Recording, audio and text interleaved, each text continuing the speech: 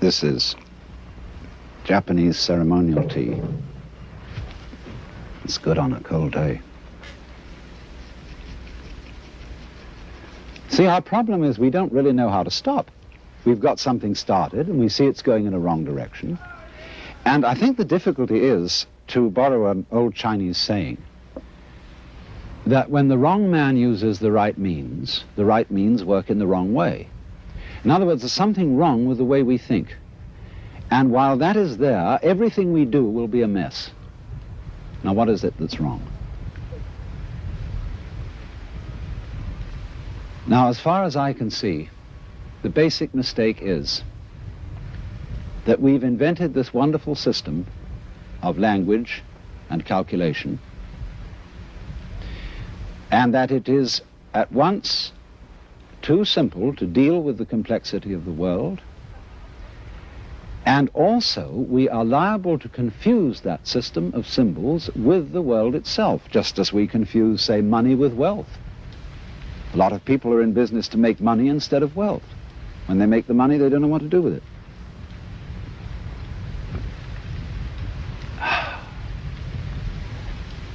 And so in the same way, we confuse happiness with status, and we confuse ourselves as living organisms which are one with this whole universe with something we call our personality.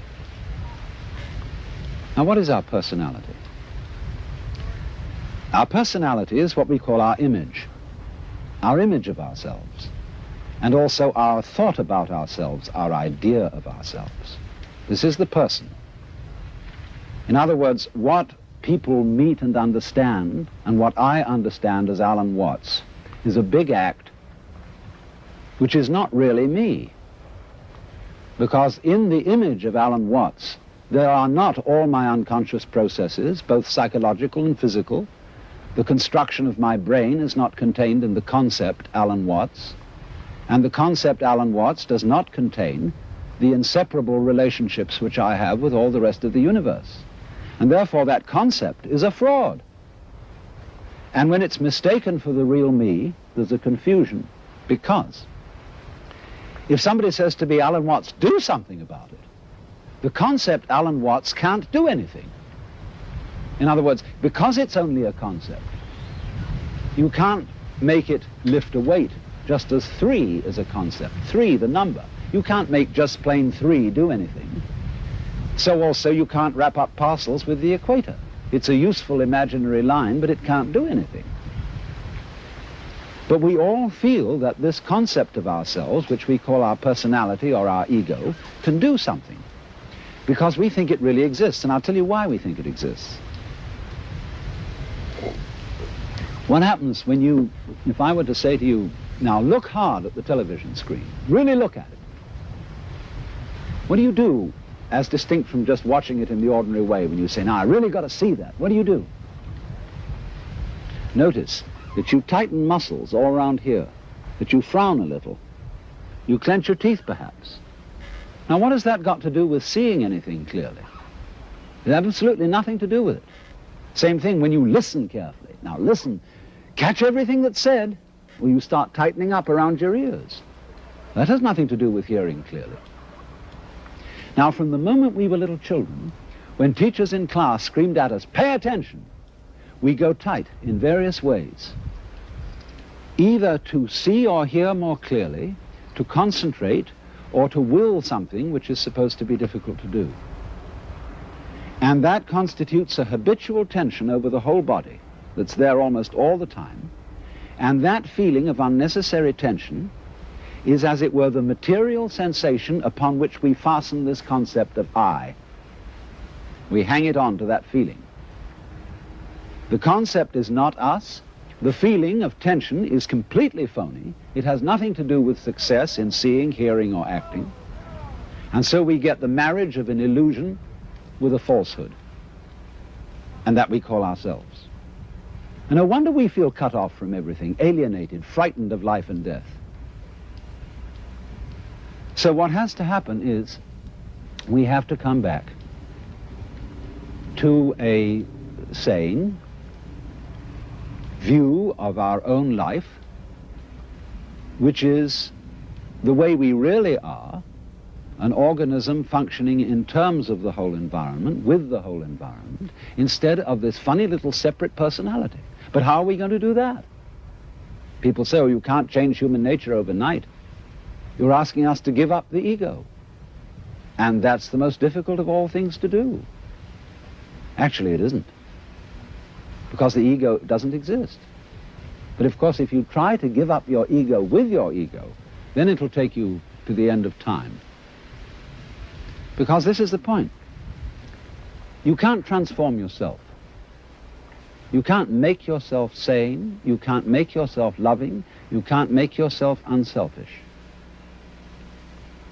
And yet it's absolutely necessary that we be that way. It's absolutely necessary.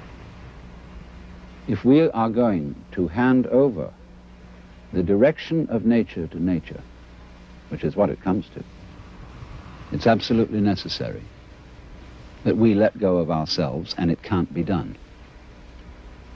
Not by anything that we call doing it, acting, willing, or even just accepting things. You can't do it. Why? Because you don't really exist as that kind of a separate ego or personality. It's just an idea based on a phony feeling. So when it comes down to it, it's shocking news for us, for the human race, for our pride. You're only making a mess by trying to put things straight. You're trying to straighten out a wiggly world, and no wonder you're in trouble. So you can't do anything. So you can't transform yourself. And what can you do? What happens then if you actually realize you've come to a dead end? And the human race has come to a dead end, in my opinion. What then? Commit suicide? Or is there something else? What happens when you just wait? There's nothing you can do. You watch. And all you see is what goes on that is happening of itself. You're breathing, the wind is blowing, the trees are waving, your blood is circulating, your nerves are tingling. It's all going on of itself. But you know, that's you. That's the real you. The you that goes on of itself. It's not the symbol. It's not the person. It's you that's happening, as when you breathe. Yes, you can get the feeling that I am breathing by shoving your breath, but your breath goes on day in and day out without your doing anything about it or even thinking of it. The same way your brain is functioning without your forcing it. So when you come to a dead end, and we are individually and socially now in 1971 at a dead end, this is the moment of which it is said man's extremity is God's opportunity. Because we have to stop. And when we stop, we find a world that is happening rather than being done, being shoved. And that happening, as distinct from doing, is our fundamental self. And our fundamental self is not something just inside the skin. It's everything around us with which we connect. When you look out of your eyes at nature happening out there, you're looking at you. I'm not going to say what we should do from then on,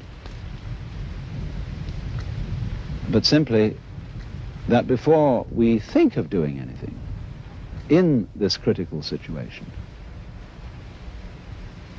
we realize the completely illusory nature of the beings that we think we are, and get back again to the beings that we really are, which includes all this outside world, no longer left outside.